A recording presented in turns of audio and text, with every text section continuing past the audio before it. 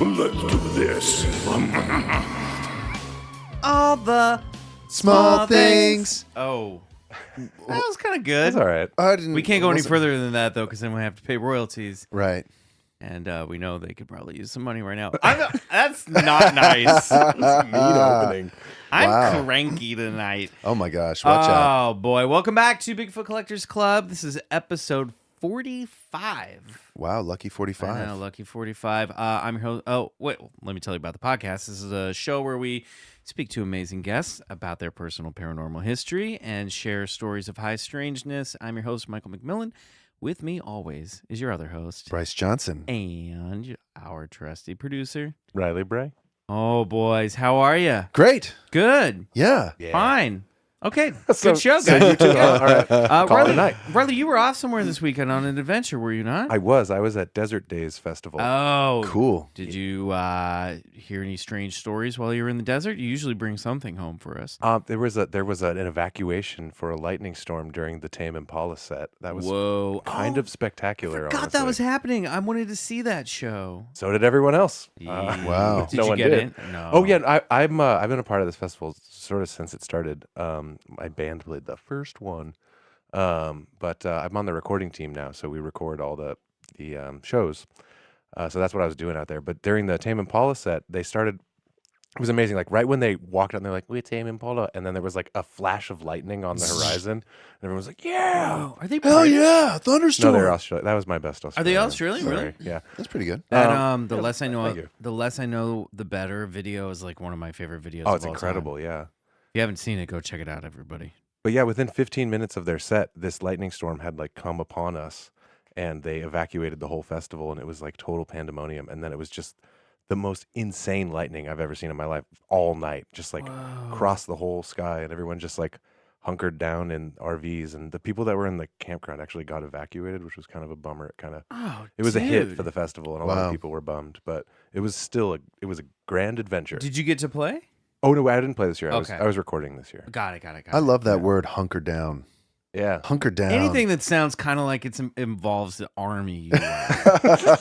Yeah. Well, that's awesome. I'm glad you didn't get electrocuted, but I'm hoping that maybe that electrical storm made a UFO crash somewhere out in the desert. That'd be We'll have a- sweet. We should go look.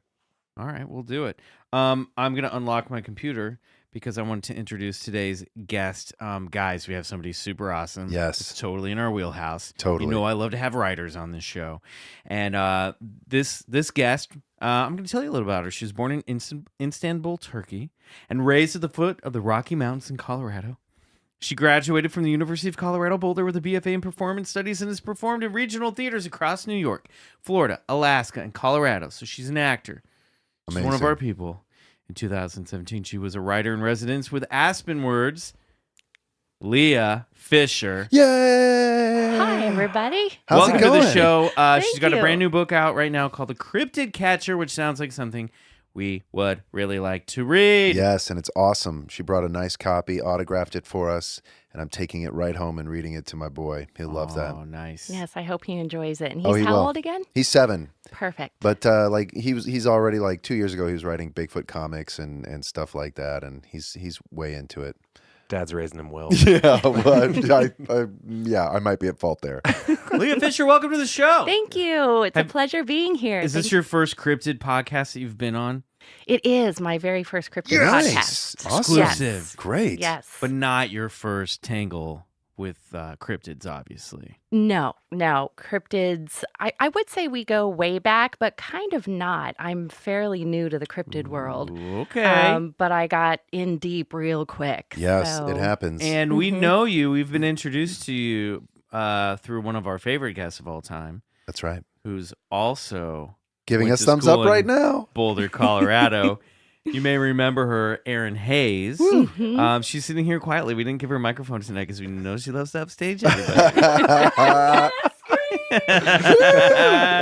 So we heard some stories from Erin about her time in college and her paranormal experiences that included haunted houses and included witnessing a giant vision of Mother Nature in the sky. Now, were you a part of any of those? I was not a part of Aaron's experiences with Mhm. haunted houses, but I did have my very own. You guys did go to college together. Yes, though, we right? did went to Okay, I college assumed. together, and I did have my own haunted house experience where I was actually saved by a ghost. What? It's true. That sounds incredible. It was amazing. It started out where Like saved, like in the Christian sense? no, like my life, Okay. like physically, carnally saved. Because if a ghost came to me and was like, guys, Michael, heaven exists, and I've been there, and You gotta go. You gotta go. You gotta get saved. I would probably believe him. Sure. So what happened was I was living in like an old house and there were 5 of us in the house, and it was right after college, and it was an old house with like a creepy attic, and I lived in the attic where there was like just a tiny window, no way to get out of it. Were you I I wasn't a expecting that. old discarded baby doll or a I was forgotten rocking horse? Is I that what you was- were in college? I was a student fresh out of college with a degree in theater, so I couldn't afford much for rent. You know what? That'd be me though. I'll take the attic for sure. And so it was a rare night where I was home alone because, I had 4 roommates and there was always somebody home. And I was out on, so before this night, I would take naps during the day because I was born kind of like Benjamin Button. I was born like at 80 years old and needed to take naps even when I was I'm with 20 you years old. 100%. Yes. So whenever I would take a nap in my attic during the daytime, I would always feel our cat like jump on me and start to paw my legs. Mm. And I would look up and I'd be like, Kitty, stop it. And there would be nothing there. Whoa. And then I'd lay back down for the nap and I would start to feel hands groping up my leg. And again, I'd Okay. That's sit not up good. and I'm like, cat. And there'd be no cat. You're like, Cat, where did you get hands? Exactly.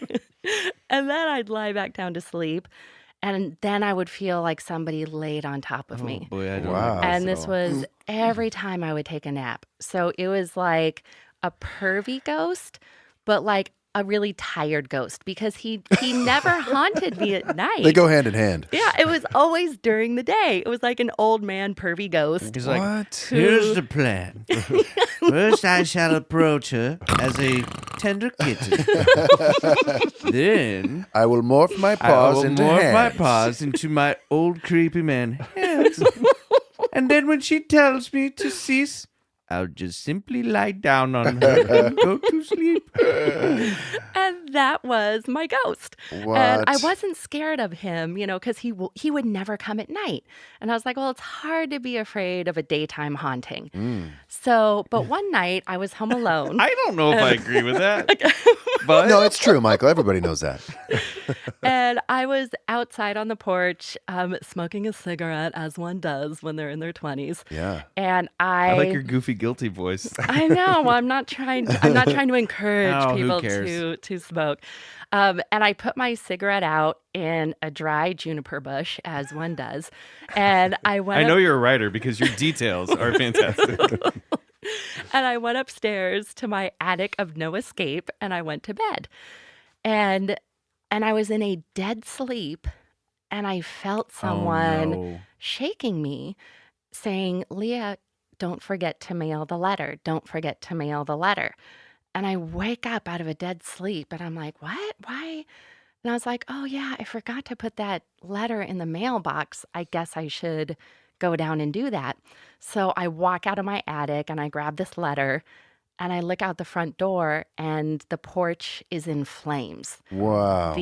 I had lit my house on fire with my cigarette, and it was like a 12-foot wall of flames, like 10 feet long. The whole side of the porch was on fire. Gates of hell. Yeah, and I finally put the fire out. The first thing I grabbed was a gallon of milk because when you're freaking out that there's fire, you That just was think my liquid. gallon of milk. I'm a little kitten.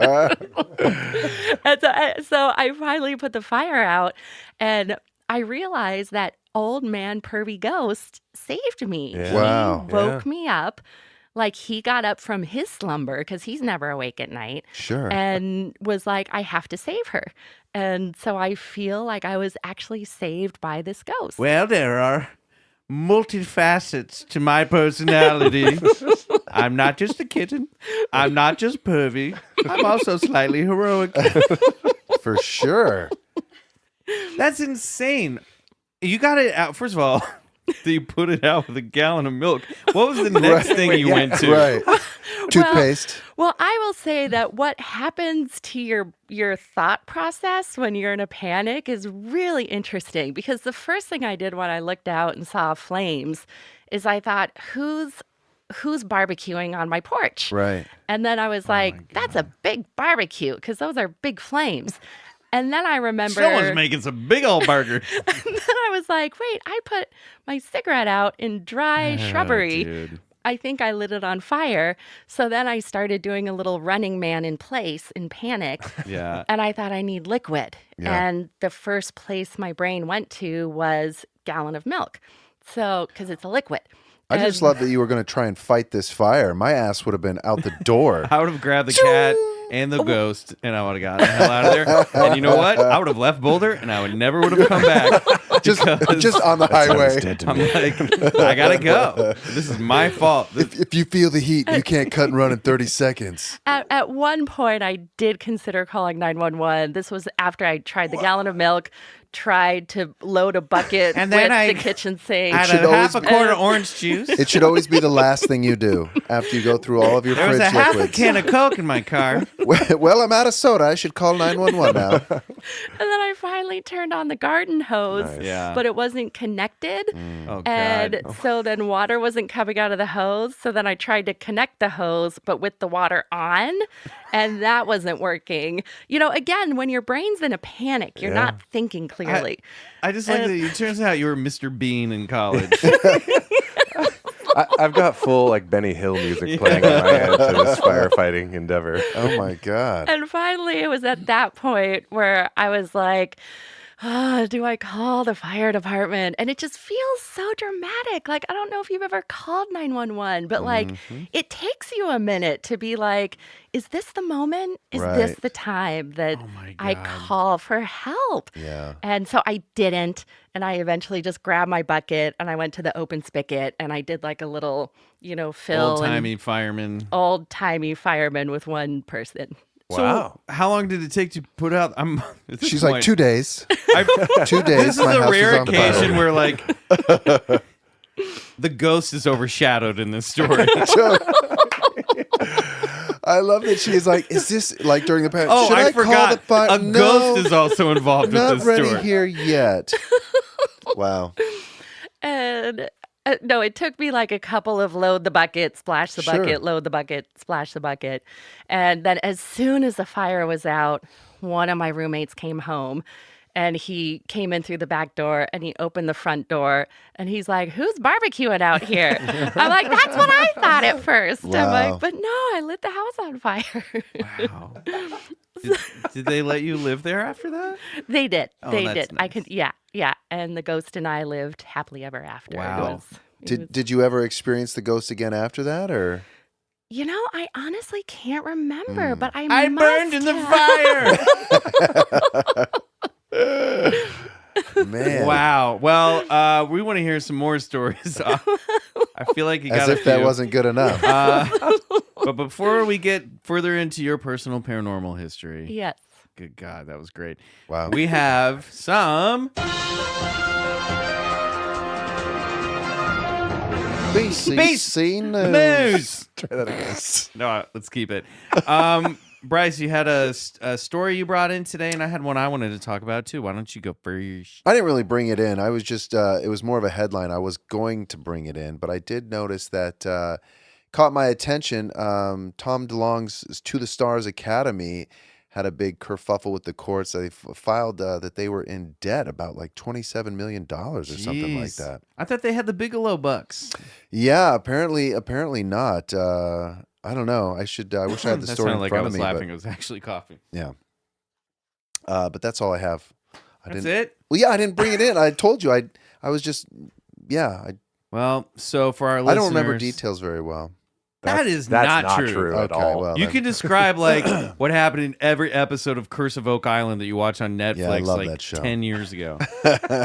Well, we'll have to check out that story because that's one that obviously I think our recent guest Jeremy Corbell's been very interested in what Tom DeLonge's doing with To the Stars Academy in terms of disclosure and building maybe UFOs. building UFOs, and sounds like maybe that's more expensive than they thought, and maybe some of the entertainment projects they have been talking I'm about on their haven't gone email off the ground. newsletter, like, so they email me whenever, and all they always email is like T-shirts. It's like, hey, check out the new To the Stars Academy T-shirt. Hey, that's more than what we're doing so far. No, I be know. honest. But I'm like, you got this big UFO company with all these, huge people working with you and for you, and all you're trying to do is sell T-shirts. I don't get it. Yeah, I Now, don't when know. he says he wants to build a UFO, what does that mean?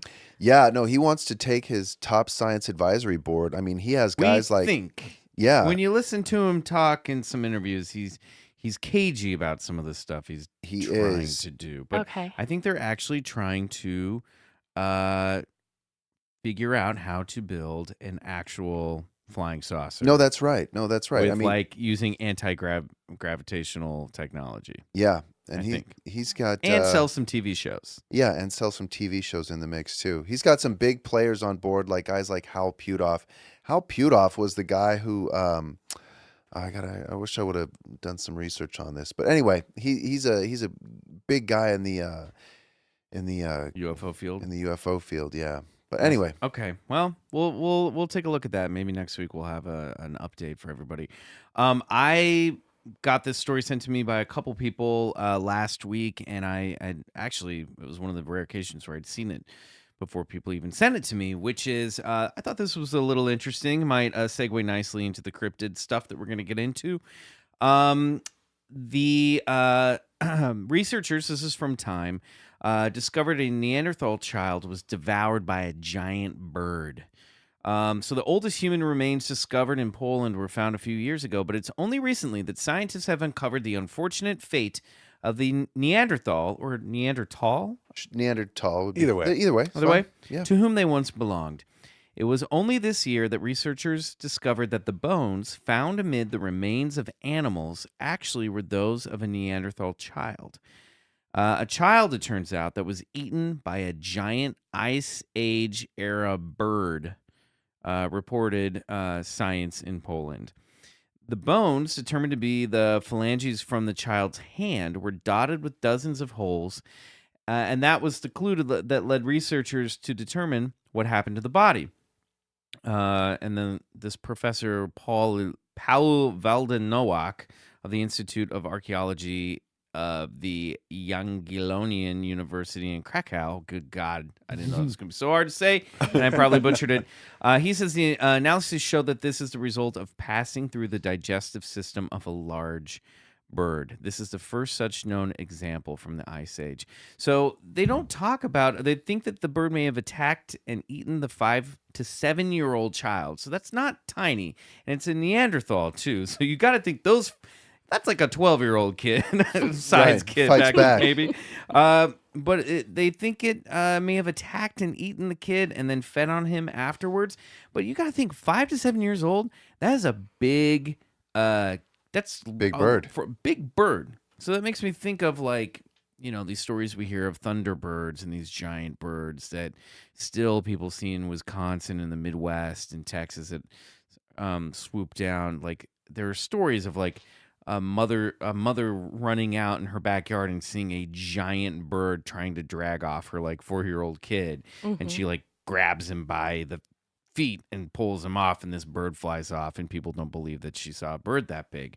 But here's some scientific evidence that maybe something that's behind. Birds do eat children. Yeah, well, that there are or were super large avians. I Yeah. mean, we know we had pterodactyls at one point, but not then. Right. So maybe there are giant birds out there I believe it. surviving today. That's also the metalist story I've ever It's super heard. metal. It's It's amazing. more metal than Bat Squatch. Thunderbird eating Neanderthal child is giving it a run for its money. Oh, that's true. Yeah, All right. Well, amazing. now it's time to turn our focus back into our guest, Leah. Yes. We've heard a little bit, but what is your personal paranormal history? As if that wasn't enough. Yeah. I want to get into this book. And What else have you how- experienced? Yeah. What Besides other my pervy ghosts. home accidents have you caused? Let's talk structure fires. Yeah. Right. Have you ever been electrocuted? I actually do have one more structure fire story. Let's hear I it. mean, I know we need to get to the cryptids, No. We'll make time. Yeah. but I do feel like I need to share the first time I did call 911 and got over my fear of shouting emergency, and it had to do with another fire. I did not cause this one. I was living in Brooklyn, New York, once again with several roommates. I'm sensing a pattern. Yes. And I was asleep, and it was like 3 a.m. And I hear a knock on my door, but it takes me a while to open the door because, again, I was born as an 80-year-old, so I wear earplugs when I sleep. And so I pull out my earplugs. I and didn't know you had Benjamin Button's disease. I'm sorry. I do. Yes, I Okay. do. That's what I have. And so I open the door, and my roommate's like, Leah, I'm just going to bed. And I turned on my air conditioner, and it sparked, and the outlet lit on fire, and it's now smoldering, and I'm wondering what we do. And You're like, is there any milk in the fridge? Totally. And I was like, oh my gosh, I'm like, I don't know what to do in this situation. And I actually said to him, I said, I really wish that there was some kind of Department of Fire who we can contact. That's amazing. I actually said that. It's like you have a block. Yes. And then I Some went, past trauma there. and he looked at me and he goes, Leah, we do have a Department of Fire. It's called the Fire Department. And I said, Meanwhile, cut to the air conditioner just eating up the entire wall with flames. and I almost started to cry because I was like, we do have a fire department. Yeah. And we can call them and they will come. Yeah. And so we called, and the first person to show up were these lovely NYPD officers, male, female, so sweet. And they come in, and they're just looking around and looking at my photos. And they're like, is that your ma? Oh, she looks like a sweet lady. And they're just talking and chatting, and we're just having a nice time. And then I'm like, well, is the Department of Fire coming? And Would you like to see the fire upstairs? Or nah, we'll just this is nice down here. and they're like, oh no, here they come. And I see the lights, and I look over at the female police officer, and she's putting on lipstick. Wow. And the male police officer is like, look at my partner. She loves when the firemen show up. She just puts on a lipstick, and then he goes, now, is your downstairs door still locked? And I was like, yeah. And he's like, you better open it or they will take it down with an axe. They love doing that stuff. And so I ran downstairs, opened the door, and instantly my bedroom is flooded with like 11 Department of Firemen. They are beautiful men. Yeah. And I started crying again because I'm like, you are here to save me. That is what you are doing here. You are here to save me. And it gave me such appreciation for them. And they pulled out a spike and they tore down our wall to make sure there wasn't fire in the wall. Wow. And they deemed us safe. And After they tore down a wall. after or they two. tore down a wall. Take it down, Tony. Just be safe. I just feel like you had some preparation for this at one point before you would know what to do that I when the would fire started. know what to do. Yeah. Like, I mean, you've been through this once. I feel like you would know. You would have learned the first time. Just call 911. it's a surprise every time. It's like it never happened amazing. before. I'm hoping it doesn't happen a third time, but I'm hoping if it does, I will Surprise every immediately time. That's Yeah. beautiful. call 911. Yeah. No one's really expecting a fire. No. Not No. really. Unless you start it. Yeah. Correct. Oh, Right. brother. That is so funny. I like that moment though of you just realizing your belief and appreciation of society. And you're just Yeah. like, wow. Oh yeah, I was like, Department of Fire. we've done a great job here with this Department of Fire. Like, this America isn't too bad. Yeah. I like living here. Oh, wow. Well, okay, we got to get into this book Okay, because yes. I'm so excited to talk about it. And I want to know, how did you go from being someone who did not know about the fire department to getting into cryptids, which most people have never even heard of? I mean, we've heard of most people hear of Bigfoot or Loch Ness Monster, but judging from the cover of your book, The Cryptid Catcher, you've got Goat Man on there. It looks like you got Bat Squatch himself on there or something like it. So how did you go from being a performer and someone who wasn't into this stuff to into this? Yes. Well, I was living in, at the time, Brooklyn, and I was a performer, but my journey of being a performer is I basically sat around and waited for the phone to ring.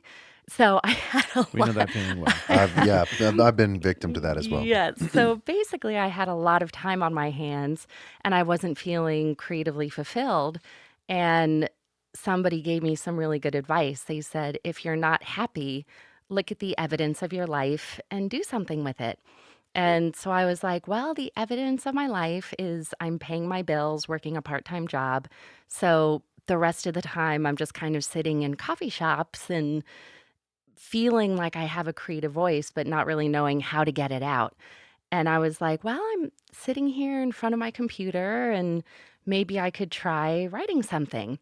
And so I was turning 35 and I was single and feeling down. And I was like, well, why don't I go traveling a little bit just to clear my head? So I saved some money and I took myself to New Zealand and I did a Lord of the Rings hiking tour Cool. because I'm that big of a nerd. And as I was hiking, this idea for a book just kind of fell fully formed into my head, just like a story. And I was like, well, why don't I start writing? Like, I don't need to wait for the phone to ring to write. I can just sit in front of my computer. So I sat down and I wrote a book and I really enjoyed it. And I loved the book.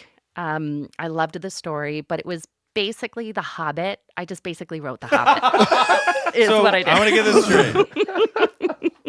You were in the Shire and you were suddenly struck with an idea for a book that was fully formed. So there's this ring. And you see? loved it. And then you wrote it. And it was The Hobbit? It was basically The Hobbit, but they were drunk all the time. They're It drunk so it all was the time like at the drunk Hobbit. hobbits all the time. Well, that's true. That's true. But It's just called Drunk Hobbit. pretty much. And I tried to I get like a it. literary agent, and they're like, "No, this is just The Hobbit." And Also, your house is on fire. You need to call somebody. but I got enough positive feedback that I knew how to write, that I had some talent with writing. And maybe I should just try not to rewrite somebody else's book. So Right. then I was like, well, what ideas do I have for my next book? And at the time, I was reading a book on the Delta Force because I love military history. Oh yeah, me too. And then I read an article on TMZ about Charlie Sheen and how he put together a hunting party. I am so excited to where all of this is going. Hang in there. So he went to Alaska with a hunting party to search for the otter man. And I was like, who is the otter man? I've what? never heard of it. You guys heard of the No. Otter Man? Yeah. I'm blanking on that one. Yeah. And I was like, who is the otter man and what does Charlie Sheen want with him? And Otter blood. He owes him some money. Yeah. so I started researching the otter man and discovered this world of cryptids and cryptozoology. And I discovered that, every culture has cryptids, every country has cryptids. And I was like, this is really interesting. This is like different than mythology. This is legend. In legend, there's an element of truth to legend. And people believe that these creatures exist and they might exist. And everybody in this room believes they exist. So going back to the Delta Force, I thought, well, maybe I should write a book about this. Well, I didn't know genres or, kids' books, adult books. So I wrote an adult book about a Delta Force soldier hunting cryptids. And I thought it was fabulous. I would love But to play it was that just role. The Hobbit. But- And again, But again, it took place in the Shire, and he had large feet and was. And again, I submitted to every literary agent out there, and I did not even get rejection letters. Like everybody was like, no, this is ridiculous. And then 4 months later, my current agent contacted me, and he was like, Leah, I really like your writing. Do you have representation? And I lied, and I was like, well, I'm fielding some offers right now. Good. And in his mind, he was like, no, you're not. It's been 4 months. I've read your book. Yeah, he's like, I read your book and nobody's offering you anything. But he was like, but I like your voice. And he said, would you mind rewriting it for the young adult, for kids 13 to 18? And I was like, yeah, I'll give it a go. So I read all sorts of young adult books to, get the tone and the voice. And I rewrote it for 13 to 18-year-olds, and it was terrible. It was basically about a boy looking for a dragon while thinking about sex. And Wait, I'd read that. Yeah. I know when I tell that I'd like to people, play that role too. When I find that dragon, first thing I'm going to do is make out with it. So it was awful. And my agent was like, Leah, this is awful. And I'm like, I know. And he goes, well, maybe you should try to rewrite it for middle graders, for 8 to 12-year-olds. And I was like, I'll give it a go. So I read a bunch of middle grade books, again, just to get the tone and what you can do with the genre. And I rewrote it then about a 13-year-old boy who discovers that cryptids are real and that his father has been training him to find them and catch them in order to find the one cryptid who is immortal. Because if you find the immortal cryptid and inject its blood into yours, you will be immortal. So, of course, the bad guys want the immortal cryptids so they can live forever and rule the world. So it's now up to this 13-year-old boy to find the immortal cryptid Cool. and save the world. That's an incredible story. Like that's like not just because we're into that stuff. I'm talking about the your tenacity to keep going and keep pursuing and And to be flexible too. And yeah, pivot to Yeah. totally be changes and- flexible. yeah. I love stories like that of overcoming adversity. So many times, I mean, on these creative endeavors, the first thing you do is just, you kind of let them fall by the wayside or give up on them. And good for you. Kudos for sticking to it. And now you have this amazing book that's sitting on our little coffee table. And Yeah. Yeah, so when That's did this incredible. come out? So this came out August 21st Wow, of this year, congratulations. 2018. Thank you. It's with Farrar, Straus, and Giroux, which is an imprint of Macmillan. Awesome. wow. And it's a 2-book deal. So book 2, The Cryptid Keeper, comes out August 2019. Oh, Awesome. that's so Yeah. cool. That's so exciting. That's Yeah. great. Thank you. Yeah, that's a So- Thank you. Very What- inspiring story. Yeah, totally. absolutely. Thank you. Well, I was just, they say find your champions. And I was just so grateful that I found this agent who really helped me navigate finding my own voice. I never would have known that I was a middle grade adventure novelist. I never knew that about myself until he was like, try this. No, that doesn't work. Try this. And it could have kept going worse. You could have been like, you know what? Try baby books. So at least you Pop-up stop. books. Yeah, have you tried pop-ups? So at least it stopped right at because you're right in a good zone with this. I feel Have you tried just picture books? No words. We'll get you an illustrator. Totally. Actually, you won't be a part of this at all. But it's your idea, and thank you for that. Right. Amazing. Oh my God. Wow. It is so funny.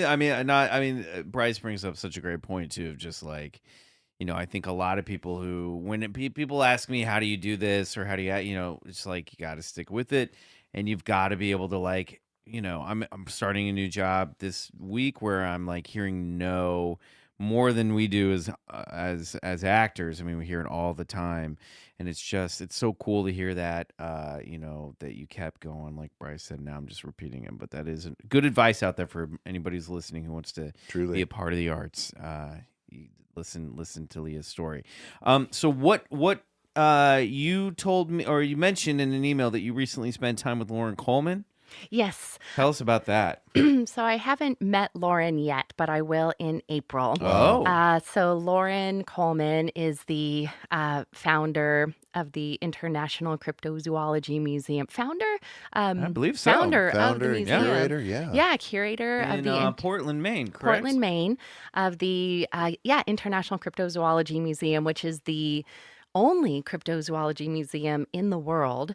And he has been so gracious that has agreed to collaborate with me, and he is relaunching his junior cryptozoologist club. How No cool way. is that? Yeah, so they are, they're discovering that cryptozoology, even though people call it a pseudoscience, even Mhm. though a lot of scientists are cryptozoologists, they're discovering that cryptozoology is acting as a gateway science for kids, where kids, I couldn't agree more. It's the yeah, weed of science. Yeah. right, right. Yeah. And Yeah, kind of. exactly. Yeah. Sweet of science. And so Cryptozoology. The weed of Weed of science. and so they're discovering that when kids study Bigfoot or the Loch Ness Monster, that they're exposed to other life sciences. And just like when kids learned about dinosaur bones, Right. they Yeah. That's wanted, what was popping in my yeah, head. and all of a sudden kids are like, I want to be an archaeologist. Kids are now learning about cryptids, and cryptids are kind of the new dinosaur. So Lauren is relaunching the Junior Cryptozoologist Club.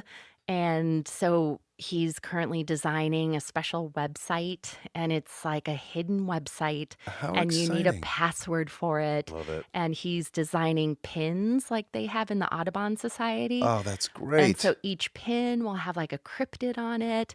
And so it's just a way to like get kids, interested in these mysteries, because nowadays for kids, the world can seem really overexplored because kids can grab their computer and Google the answer to anything. And so to have the thought that there are still things on Earth that can be uncovered, that can be explored, that we don't know about, that on Earth there can be a frontier of exploration, can be really exciting for kids. I couldn't agree more. And I think that's so well put because I know in my life, like, so nothing has driven me more than like, kind of like the mystery of discovering what's possible out there, not just in this life, but possibly what's there after this life. And, and all that stuff, it drives an imagination that I don't think you're going to get from like anything else necessarily. And I think that's so important, especially for kids. How many times do we go out into the woods, like, with like a toy gun, like hoping to come across, or like, just your imagination flourishes, and I think that's great. I have two questions. Yes. One, having gone from not knowing anything about cryptids or cryptozoology to now doing this research and writing this book, I would like to know where your mind lands on these things in believing or not believing. And two, did you ever find out who or what the Otter Man is? Good question.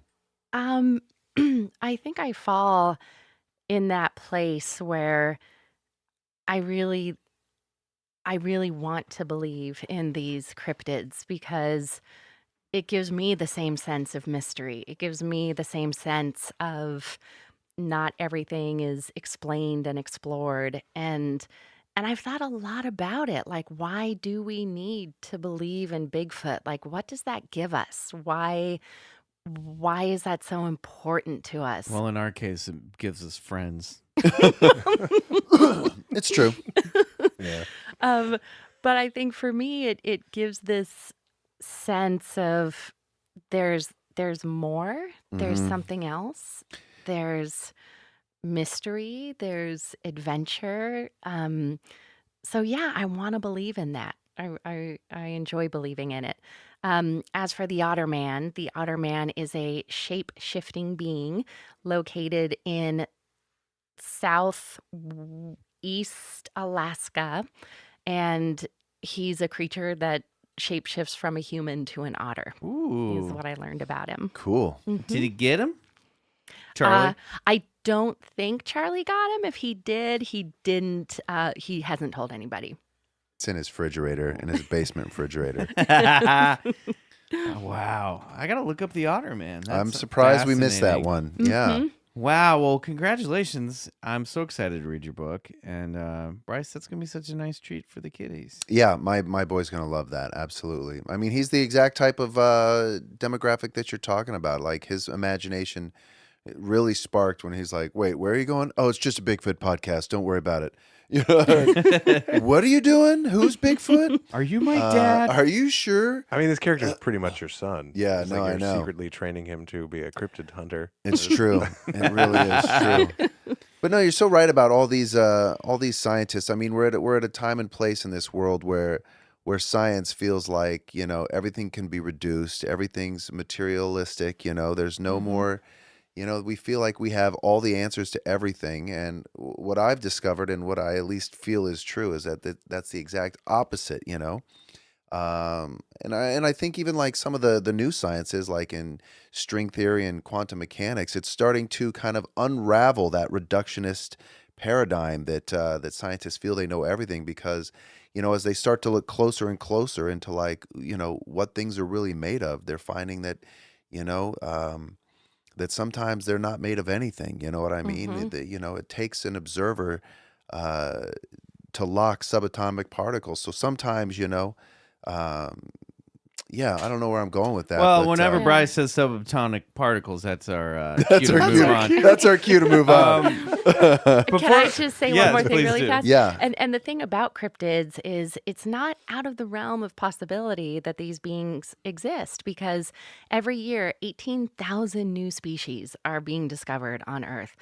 Now, granted, a lot of those are like single cell organisms or insects in the Amazon. Yeah. But just 2 months ago, they discovered a big trout in Colorado that they thought was extinct. Cool. And people are like, there's this extinct trout swimming around. And people are like, no, you're seeing things. So it was a cryptid for a while. And they actually just caught it. And they're like, we thought this was extinct. It's And Mr. Fat Trout. Yeah. He exists. Happens all the then- time. of course, somebody was like, well, now that you've caught it, now it is again extinct. So Right. I hope that Yeah, it was catching exactly. release. What? Where do you stand? And I'm sure this came up in your research. Where do you fall in the idea that some of these beings might be interdimensional? Ooh. I actually didn't think that much about interdimensional, but going back to string theory, I know a little bit about it, just what I've seen on the TV specials. Sure. And how they're looking more at the possibility of interdimensions.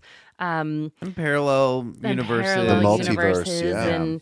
and my mind tends to go less to the sci-fi, Sure. so I haven't thought that much about it. But We I'm get a lot of stories on this show. When we research stuff about like Bigfoot's entering through portals, Mm, and maybe some of these creatures like Mothman are not actually of this earth, but might slip in and out from.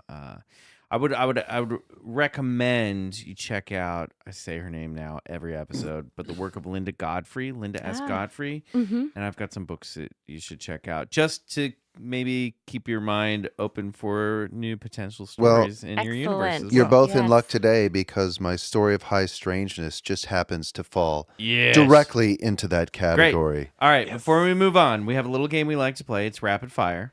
Oh boy.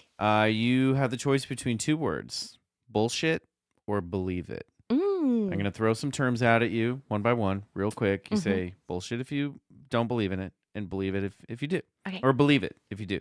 And Fire if there's anything you want to circle, Bullshit. yeah, well, Department of Fire. Believe it. Exactly. if there's anything got that it. you want to circle back on, we will after we go through the list. Okay. Okay. You just let me know. Okay. All right. On your mark. Get set. Ghosts. Believe it. UFOs. Believe it. Bigfoot. Believe it. Angels. Believe it. Gnomes. Believe it. Fairies. Believe it. Unicorns. Believe it. Loch Ness Monster. Believe it. Alien greys. I don't know what that The is. gray aliens with the big black eyes. I Oh, gotta believe figure out it. a Believe it. different way to phrase that. I was guess. picturing them grazing like cows. Yeah, I gotta figure out how to change that. Parallel universes. Believe it. Reptilians disguising themselves as humans. Bullshit. Mermaids. Believe it. Yes. Heaven. Believe it. Hell. Bullshit. Dogmen. Believe it. Yeti. Believe it. Elves. Believe it. ESP. Believe it. Chupacabra. Believe it. Demons. Believe it. Atlantis. Believe it. Time travel. Believe it. Life on other planets. Believe it. Life after death. Believe it. Cool. Dude, we stack up. Wow. I mean, Yeah. we're like this Yeah. on our answers. That is awesome. Anything you want to circle back to, Bryce? Anything? Oh, yeah. Oh, so demons, but not hell. Yeah, well, after I said believe it to demons, I was like, oh, I think I want to take that answer back and say bullshit on the demons. Okay. All right. Yeah, Yeah, sure, yeah. sure. I one time I went to I was going to different churches just to sample what they believed, and I went to a Unitarian church, and I spoke with the minister afterwards, and just to talk about what they believed in. And he was so funny. He's like, some people call us more of a social club than a church. He's like, because we kind of pick and choose what we like. He's like, here in this church, we decided we didn't like the idea of hell, that it was just too scary. He's like, so we got rid of it. We got Right. rid of Chill. it. And I was like, I like that. So if I can get rid of demons, I'm going to get rid of demons. Okay, fair enough. Yeah. They're like, and we weren't a fan of Matthew, Mark, Luke, and John, so we're getting rid of that part of the New Testament. Boring. We We didn't like the it. part with giants. We're keeping the giants. Keeping the giants, getting rid of that other stuff. Get everything else goes. We're giantarians. I don't have a mic, but I want Hold it on. to be Oh, known. give her a mic. Give her a mic. I don't have a mic, but I want it to be known that I almost did a literal spit take when she just said aliens grazing. I had water in my mouth and it took me almost 30 seconds to get I did see you over there. I was wondering what was going on. It's an obtruse visual. We get it. They're just in a field, just chomping on some grass. It would be pretty awesome. Maybe that's what they're doing. Maybe that's how they never- form crop Hey. circles. It could happen. I need to add that to the list too. All right, we're going to take a quick break, and when we come back, we have this week's tale of high strangeness. Yes, we do.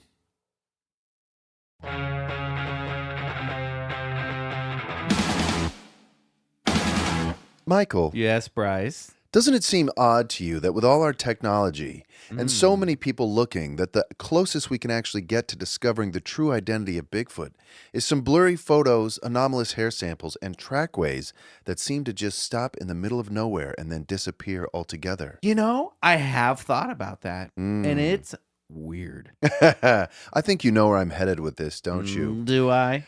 What is it that I'm suggesting is, rather than being a missing link between man and apes, Bigfoot may possibly be an alien entity with psychic powers and the ability to travel interdimensionally through portals and or spaceships. Whoa, you have made a few leaps. Oh, yeah. Yeah, the intriguing possibility is derived from evidence from several solid UFO cases. Now, the earliest clues, Is today's high strangeness tale?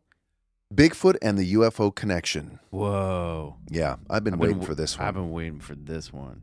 So the earliest clues date back to 1888 when a cattleman described an encounter with friendly Indians in Humboldt County, California. They led him to a cave where he saw a hefty humanoid covered in long, shiny black hair with no neck, sitting cross-legged. One Indian told him that 3 of these crazy bears had been cast out of a small moon that dropped from the sky and landed. The moon then ascended back into the air, so it's highly likely the crazy bears were really Bigfoots and the moon a spacecraft. Pause. Crazy Bears is also the third band name that we've come up with tonight. Crazy bears? Crazy Bears. Sure. What was the other sure. one?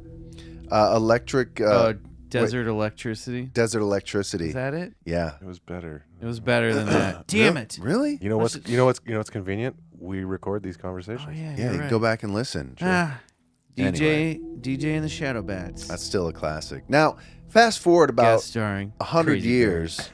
to 1973. Another dramatic incident occurred on October 25th, 1973, where a group of farmers in Fayette County, Pennsylvania, caught sight of a dome-shaped UFO that was brightly lit and about 100 feet in diameter. Now, as the locals drove toward it, they saw a pair of gargantuan creatures covered with thick matted hair, luminescent green eyes, and long arms that dangled below their knees. A farmer's son fired a gunshot at the creatures, one of which raised its right hand in the air. At that very moment, the UFO disappeared. Then, the two Bigfoots escaped into the woods and were never seen again. Whoa. Yeah. That was in 73 in That was California? in 1973, Fayetteville, Pennsylvania. Sorry. We also have another account of a dairy farmer, William Bozak, of Frederick, Wisconsin, was returning from a co-op meeting about 10:30 p.m. on December 9th, 1974, when he nearly slammed into a globular UFO on the road in front of him, its bottom half enshrouded in fog. Inside the visible transparent dome was a 6-foot-tall ape-like creature with reddish-brown fur covering its body, except for the face. Come, my friend. And distinctive pointed ears. It appeared to be operating a control panel. As Whoa. Bozak passed by, the object suddenly arose and disappeared. Goodbye. That's right. Now in August, also 1976, after a series of UFO sightings around Rutland, British Columbia, Canada, several men and their children saw a hairy ape-like entity 6 to 7 feet tall roaming about a mountainside. They also found a clump of hair that was sent to the Royal Canadian Mounted Police for identification. Laboratory analysis confirmed, as it often does, that it was primate hair, but significantly it could not be matched to any known species on Earth, leaving us to wonder, is Bigfoot really an alien? Yeah, I know. Oh, okay. I thought we were going to let that one hang for a minute. I thought you let it hang, just perfectly amount. Yeah, so it's reported that at least 20% of Bigfoot sightings coincide with UFO events. In 1973, Pennsylvania UFO researcher Stan Gordon noticed an increase in sightings of Sasquatches entering and exiting the extraterrestrial vehicles. Fascinated by the possibility that the mysterious primates may actually hail from another planet, Gordon quickly set up a UFO Bigfoot hotline, which still runs to this day. And yes, I did call it. I got his voicemail.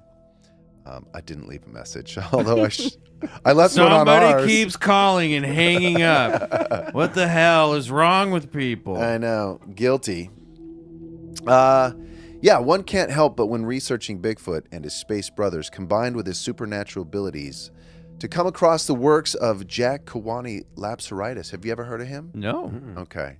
So Jack Kawani Lapsaritis is a master herbalist, wellness educator, holistic health consultant, and hypnotherapist, as well as a master dowser who has written several books on the subject. I just want to point out Master Dowser, also a great band name. Master Dowser. That's on the list. That is a They're pretty good playing one. the That's a good one. They'll be on the tour for sure. It's just a prog rock band, and the dude with a giant hose just sprays it. Wait, that's awesome. That's a good band right there. Dude, I'd see them for sure.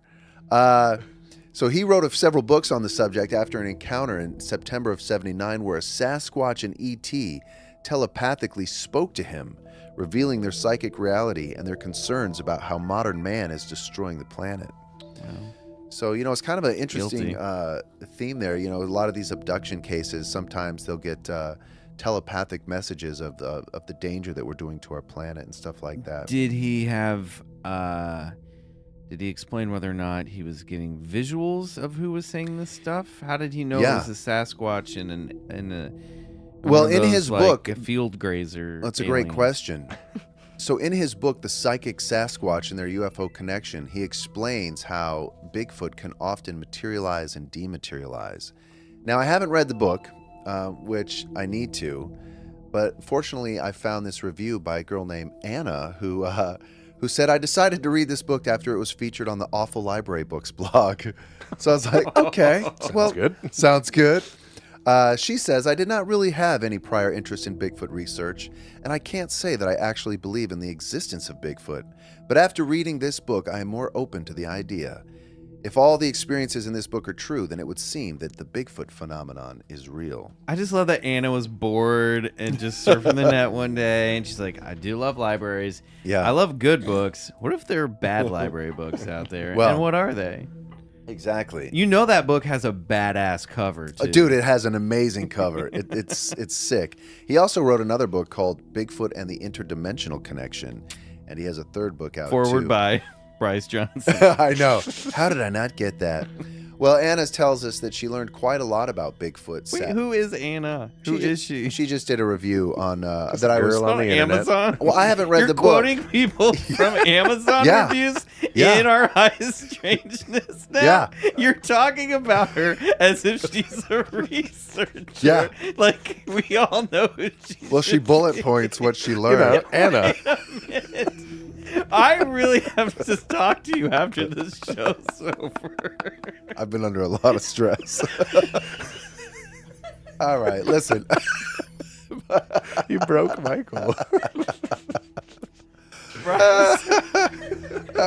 It's okay to be off format a little bit. I back it. I back it. So Anna tells us He's gone gonzo. I learned quite a lot about Bigfoot, Sasquatch. I want to know one thing. Have you emailed Anna? No, Okay. no, but I hope she appreciates the work that she's put in. Now, in his book, Psychic Sasquatch and the UFO Connection, Wait, what did Anna write? I'm going to tell you. Okay. We learned that, and here's just a few bullet points. Bigfoot cannot speak but can communicate telepathically with humans. Michael. I'm just picturing you now using Amazon reviews as your research assistant. Well, you know. They can also communicate with other creatures. In fact, they sometimes use birds to spy on humans. They can dematerialize to hide from humans, sometimes leaving just their red eyes visible. They can read humans' thoughts and will generally only make themselves known. You've got to calm down. Keep going. And will only make themselves known if you have a true love for nature and do not wish to harm the Bigfoot. They will likely not appear to you if you have a camera or a weapon with you. However, sometimes they are caught by surprise. They have families, and in fact, one contributor to this book had a Sasquatch give birth in her hayloft. Wait. They can control... No, Yeah. you can't keep going.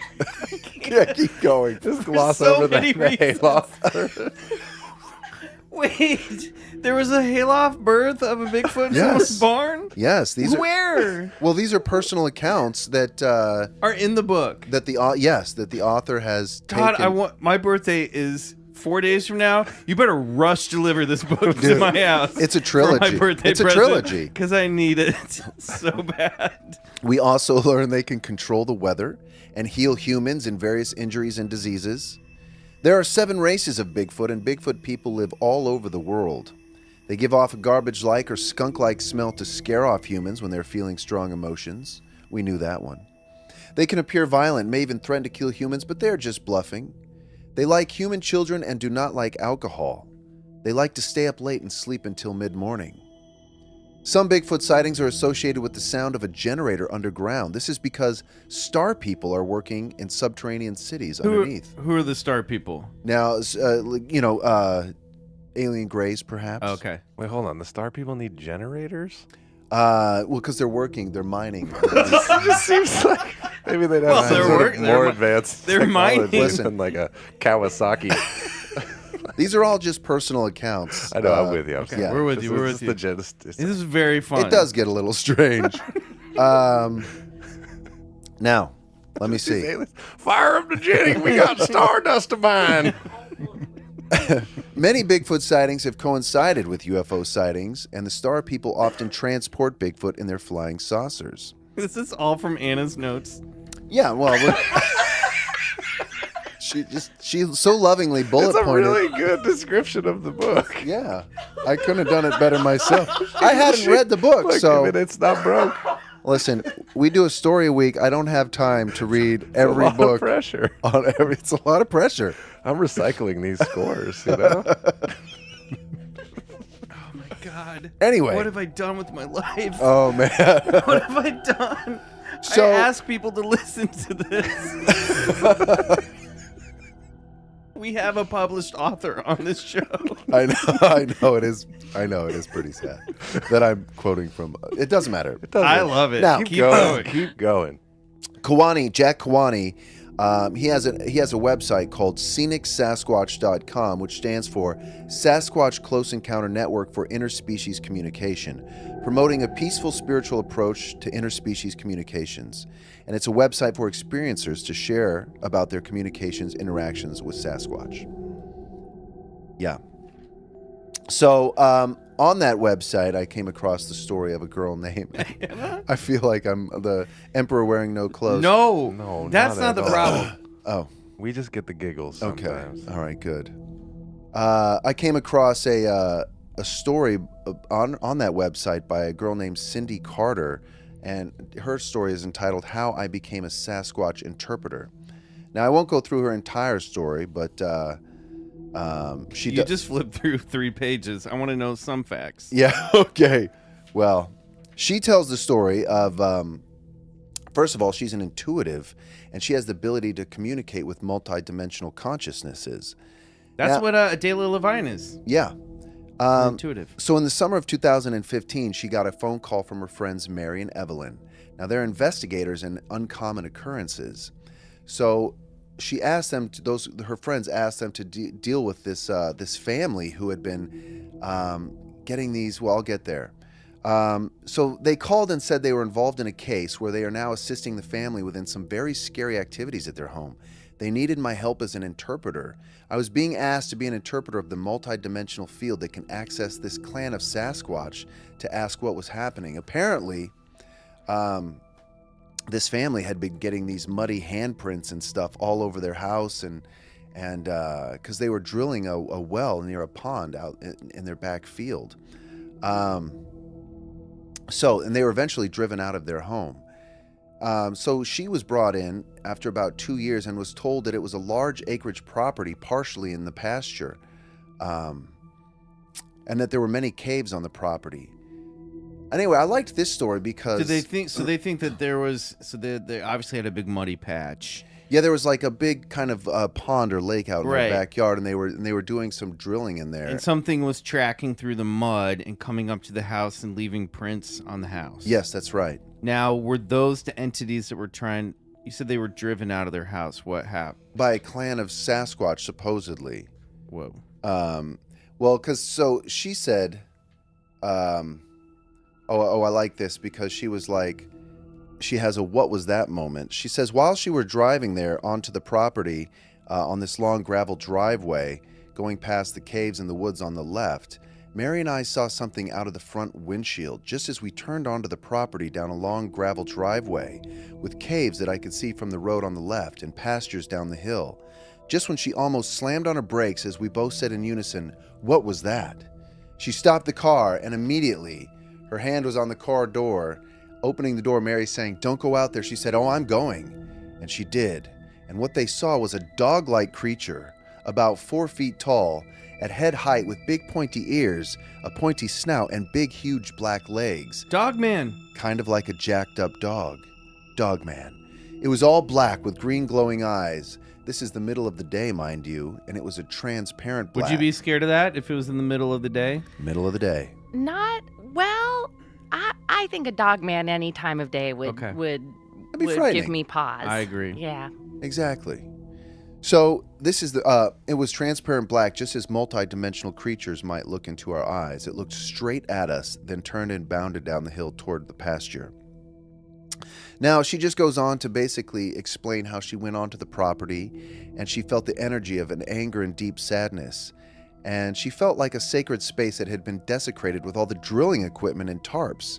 And she immediately saw what happened. The drilling on the rim of the pond opened a hole and flooded a cave underneath it. Oh. Basically, flooding out the Sasquatch caves. She said she was given complete story in one split of a second in her mind, delivered telepathically like it was a collective thought of all the beings involved. Immediately, she knew it was a clan family, a unit comprised of 2 adults, male and female, as partners with 2 children and 3 other adults in the family unit. This was their land and their sacred space. And the family had reported taking sacred pieces from their cave. And the Sasquatch clan had felt violated and desperate to communicate, hence which they called in Cindy. It also goes on to tell how she and this is gets a little crazy here, as if it hasn't already. Uh, Buckle up. Samantha, If you're listening in the car, you might want to pull over. yeah, right. Let's see. Where do You we need the Sasquatch psychic. Yes. No, so she had reported that she had evidences of alien greys carrying 2 Sasquatch babies across the field each day. Well, okay. Yeah, I know. In the Whoa. morning and in the evening. She joked that it was the greys' job to babysit them each day, that this alien would carry them across the field each morning to the other cave system and the other side of the driveway and then return them around each evening like clockwork. She was allowed to see that because she had worked and communicated with the greys since a child. This is one of the ladies on the farm, not Cindy. She was fascinated as well as scared of them. Anyway, so to bring this back to... you can't just go anyway after dropping. Yeah. Dude, listen. It's- I love this shit. I love how weird. It's so strange. Just the visuals of it are great. Listen, it is bonkers, but it might be true. Well, I wanted to bring it back to Kawani, the guy who The wrote Master Dowser. the Master Dowser who wrote the Psychic Sasquatch. So when she told him all this story, she called and he was gracious enough to stop his life for a moment and engage with me, she says, and just everyday stuff. So I told him about the black dog and he immediately said, "Oh, the dog man." I said, "Yes." He said, "They are interdimensional guardians of the Sasquatch. They monitor and watch their areas to protect and warn them when others arrive." She says, "Okay, that makes total sense." Then Sure. she asked about the gray alien, and he told me that they are often together and that the grays basically work for the Sasquatch, and sometimes they assist them with earthly issues. So I liked that story because it kind of had all 3 of them in there, and I know it's a little out there. Well, what do you take away from this, Bryce? Well, that one was, a little wild. So No. I'm serious. What? I'm not arguing. I'm just. What do you think? 'Cause you're like in, high strangeness. But Yeah. I wanted to bring it back to something a little bit more grounded. And that's, when I come back to John Keel. Are you familiar with John Keel? He is the man that wrote the book, The Mothman Prophecies. He's kind of a legendary cryptozoologist writer in his own rights, much like Lauren Coleman.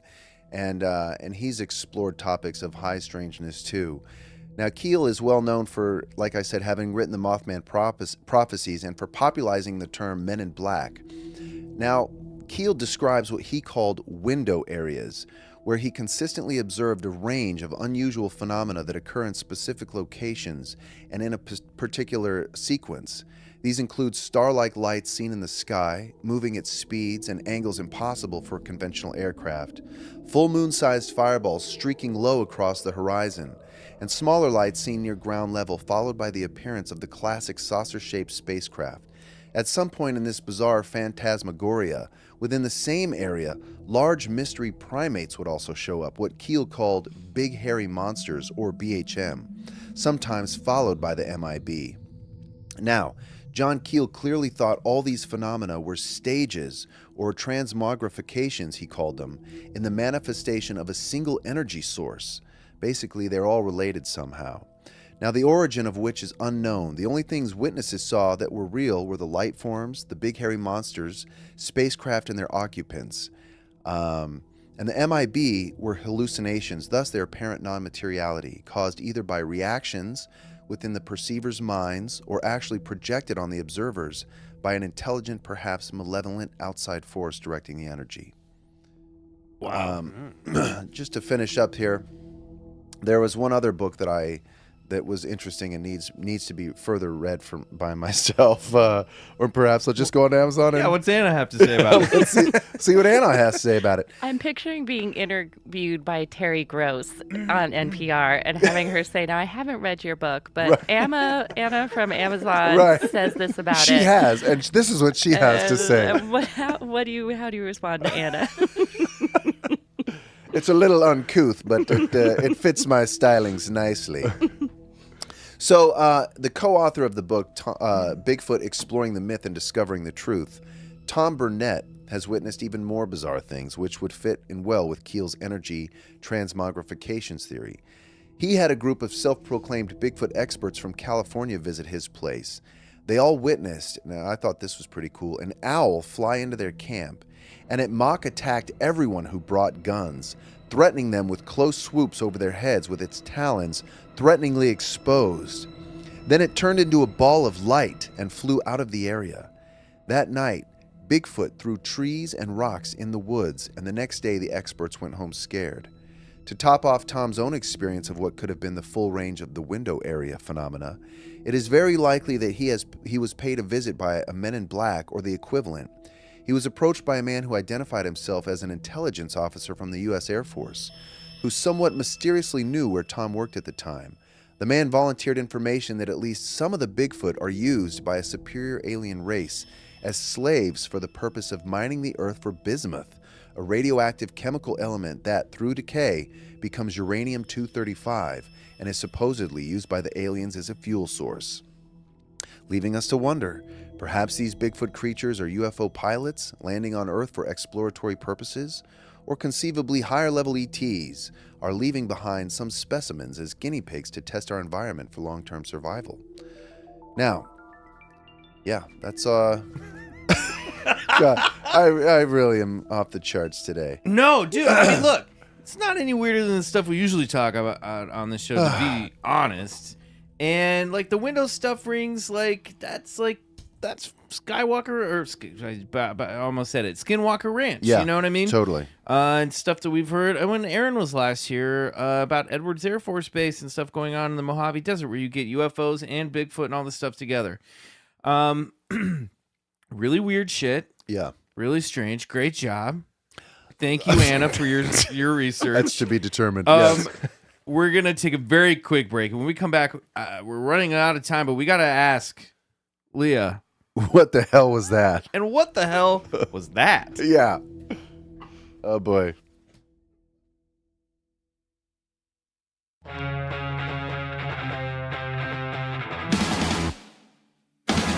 Well, did you ever read anything like that when you were researching your books? That was a lot. And Yeah. that was really, I actually didn't know of the Bigfoot UFO connection. So that was actually really interesting to hear. Yeah, I guess we've sort of been fascinated, or at least I am particularly, as to, first of all, not only just the connection of Bigfoot with other kind of phenomena, such as like psychic abilities, and not only that, but like people seeing balls of light in and around an event of Bigfoot sighting. But I've always felt that, Bigfoot seems to be more than just a missing wood ape that we have yet to discover or lock down. And two, something more than just sort of a missing link between, man and where we've evolved today, the, Homo sapien. I definitely fall under the category, and I know we've discussed this so many times on this podcast, that Bigfoot is perhaps paranormal in nature, and as Keel would suggest, having something to do with these, other strange phenomena, part of this from either a single energy source that perhaps is, like they talked about on that Skinwalker Ranch, some sort of an intelligence that seems to be fooling with them. But I don't know. It certainly leaves a lot of questions open to the nature of Bigfoot. I love the visuals of these stories. I love the visuals of these accounts. I love the image of a dude driving down like a forest highway at night, and there's a glowing orb with a Bigfoot hanging out in it. That stuff is rad. I don't know what to make. I honestly can't totally wrap my mind around this stuff, and I know that's part of the nature of some of these stories and a lot of these real. I mean, what I dig about this stuff is like this is when we really get into real high strangeness, because when you start picking away at it, you start digging down a little bit further, it gets weird real fast. And it's obviously you kind of have to like just take a deep breath and figure out like, all right, this person might have a different agenda. This might be a little crazy, but it's fascinating stuff in terms of legend and lore, especially. I mean, it makes me want to read those books and get into it and really see where you can come. But the thing that I was confused by, one of the things I was confused by was what did Keel say about the Men in Black were hallucinations? Yeah, that was I picked up on that too. of So you see a real Bigfoot or you see a real UFO, and then later your interaction with the Men in Black is a hallucination. It's a side effect. non-materiality. I've never heard of that before, and that's I wild. hadn't either, but apparently that's his take on Men in Black, that they are sort of yeah, and the Men in Black were hallucinations, thus their apparent non-materiality. I don't understand that either, because from the Men in Black encounters that I've read, I mean, they were certainly material beings, Yeah. caused either by reactions within the perceiver's minds or actually projected on the observers by an intelligent, perhaps Right. malevolent outside force directing the energy. Got it. All right. Well, what'd you take away from this weird, wild stuff?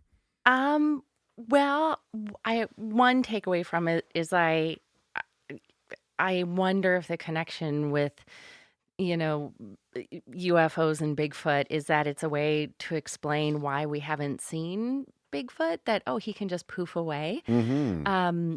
Because why haven't we seen these creatures? And one thing I was reading about ocean cryptids, why it's easy that we haven't seen them, is that they used to be seen a lot more before we created ships with engines. Mm-hmm. Back when we would sail across the ocean, they would see the creatures a lot more. But then once we got ships with engines and they would stick to certain shipping routes, the cryptids could hear them. Mm-hmm. So that's why we don't really see a whole lot of ocean cryptids anymore, because they stay away from us. But it's more likely that you would see a Bigfoot out in the wilderness, because they don't. Yeah, but we tromp through the woods, we make a lot of noise, and if you're native to a forest, and when you got some hikers, walking around. I mean, That's it's true. true. It's Yeah. true. I feel like a case could be made for both ends of the spectrum of why they're so easily to avoid detection. I mean, just this, if they're such an intelligent creature, I'm just, saying they're hearing us. That's and what they I'm know saying. how to get out of there. No, without a and doubt. hide. Yeah, and they see us miles before we even step Yeah. foot onto their their area or whatever. But you're right. It is kind of a quick getaway excuse all for like, they just pop in and out of a portal. But Well, it's also trying to unify all of these weird things into one coexisting universe, which is a really hard thing to do, Yeah.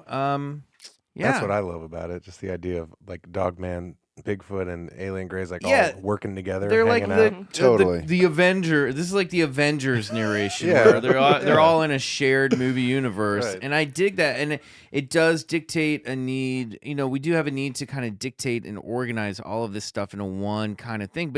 But I don't even feel like we're there yet at all. If that's the case, you Yeah. know. I don't know science does the same thing with the unified But there's- field yeah, there's theory. just They want to also- just kind of This is your unified This- field there- theory. yeah. This is my There's cryptozoological. something just so I feel like once we get into this territory, Mm. I don't know what's stopping us from being like all of this stuff is like some sort of waking shared dream.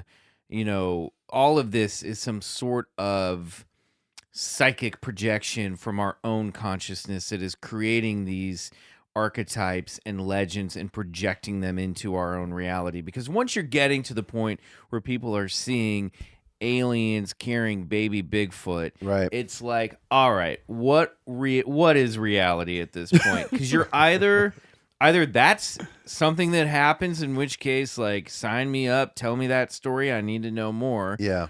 or that person's crazy, or all of our like Jungian archetypes and legends are all getting mishmashed together as like time This collective evolves, unconscious soup. and it's pouring out of some psychic orifice in the collective mass, and people are actually seeing some sort of waking dream that is a little bit more real than a hallucination. Well, the funny thing with this stuff as well is that if you actually talk to someone who has truly experienced a Bigfoot sighting, it's easy to then discount them as being crazy. So, like, as much as we want to believe it, Mm-hmm. when someone does come to us with a true experience that they believe, it's really easy to discount it. Can I tell a quick story Yes, about of how course. Yeah. I almost got to go camping last week with someone who claims that they genuinely have seen Bigfoot. My friend started dating a new gentleman, and she at some point was telling him about my book, and he was like, "Oh, well, I have seen Bigfoot." And she was like, "What?" And so I get a text from her, and she's like, "Do you want to go camping with a guy who can lead us to Bigfoot?" And I said, "Why do you even have to ask?" Right. Absolutely. Of course not. Oh, Absolutely. And so then she's like, "I'll set it up." And I'm like, "Wait, who is this guy?" So we like get on a conference call, and he tells me his experience seeing Bigfoot. He was camping in Colorado and talked for like 45 minutes about the sounds he heard. It was interesting because talking about the generators, he heard a humming from underneath the ground. All night, there were like sounds circling around him. Things were being thrown into the camp.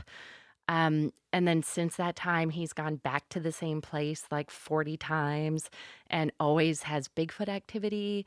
At one point, he saw them. He said they looked like silverback gorillas. And as he's telling me this, I'm terrified. Like, it's terrifying, but I'm thrilled. And I had a lot of mixture of emotions. And then I was like, okay, so it's you going and my friend going and me going. I said, well, can I invite my boyfriend to go? Because he loves camping. And the guy was like, ooh, that's, Bigfoot ain't gonna have that. he's like, that's, Absolutely not. he goes, that's a lot of people and Bigfoot won't show up if there's that And many it's people. harder You're for like, me to that's- murder both of you Exactly. with another man around. You're like, well, if I do the math, that's actually just one more person, not a lot of people. Yes. And I was like, but I bought it because I wanted to go see Bigfoot. And I was like, no, of course, of course. And so I went to my boyfriend and I'm like, sweetie, you can't come camping. And he's like, why? I'm like, because Bigfoot won't show up. And he's like, You have will that you? effect on Bigfoot. He's like, will you listen to yourself? He's Right. like, Leah, you're going into the woods with a man you don't know who's going to be armed with a gun to see Bigfoot.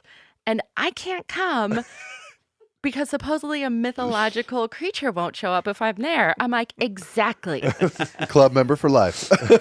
I'm like, why are you hassling me with this? Just let me go. And he's like, I don't know what to say. And then the next day I was telling another friend and I was like, oh my God, I'm going camping to see Bigfoot. And he's like, is your boyfriend going with you? And I was like, no, he can't. Bigfoot won't show up with that many people there. And my friend just stares at me. And I'm like, what? And he's like, Leah, what are you thinking? You can't do this. No.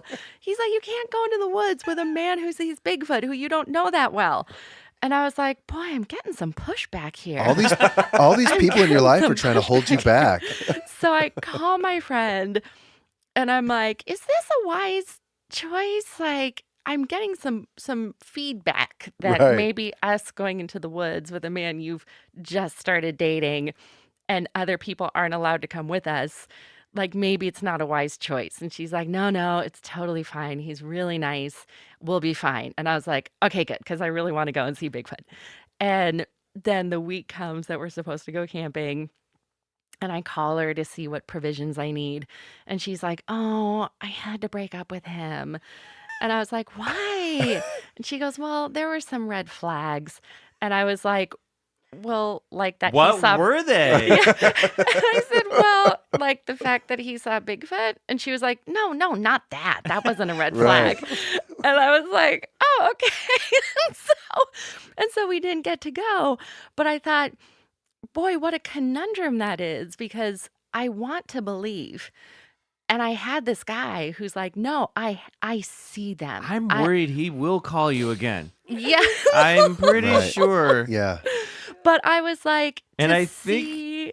the maximum number of people involved in the woods will go from 3 to 2. We now know it's 3. Don't go.